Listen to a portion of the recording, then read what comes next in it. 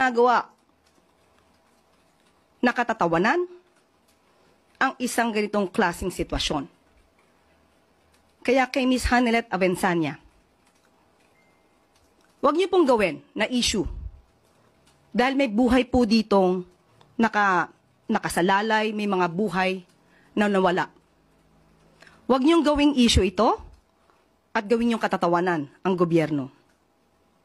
Hindi natin malaman bakit ganon ang naging attitude ni Ms. Hanelet. Parang ikinatutuwa pa ba niya na may mga ganitong sitwasyon sa bansa? Hindi ba dapat bilang Pilipino, nagkakaisa tayo upang ang bansa natin ay umangat?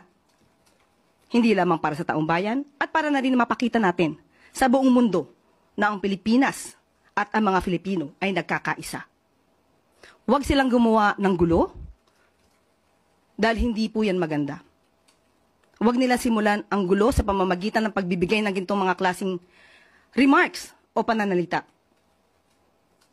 Ang Pangulo po at ang administrasyon ay kinukundina ang bawat krimen na nangyayari sa bansa.